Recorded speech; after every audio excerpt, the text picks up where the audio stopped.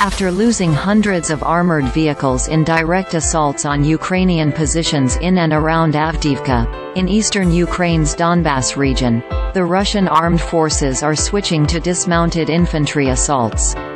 It's not a terrible idea, tactically speaking. Ukrainian brigades switched from mounted to dismounted assaults this summer during their counteroffensive in southern Ukraine and, as a result, advanced 10 or a dozen miles along at least two important axes. But infantry assaults can be risky when the enemy is dug in. The weather is wet and cold and, perhaps most gravely, the footbound soldiers don't have good air and artillery support. Yes, the Russian Air Force is dropping more cluster bombs on Avdiivka and also lobbing more heavy glide bombs.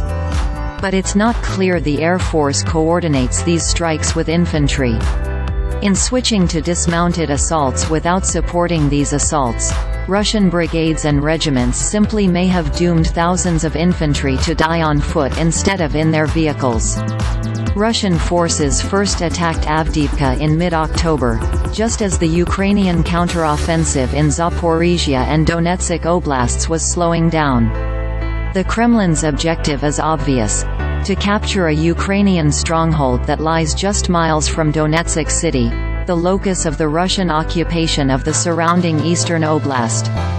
Day after day, week after week, brigades from the 2nd Combined Arms Army and other Russian field armies launched company and battalion-size assaults on Avdiivka. Repulsed by mines, artillery and drones, the brigades quickly redirected their attacks to Avdiivka's flanks.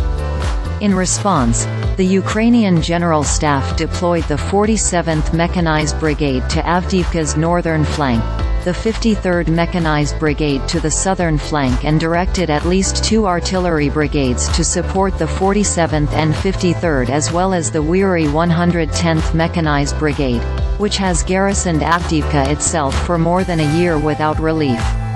The terrain around Avdiivka mostly is flat fields stitched by tree lines and a railroad and, in the north, overlooked by a tall, barren heap of industrial waste that abuts a sprawling coke plant.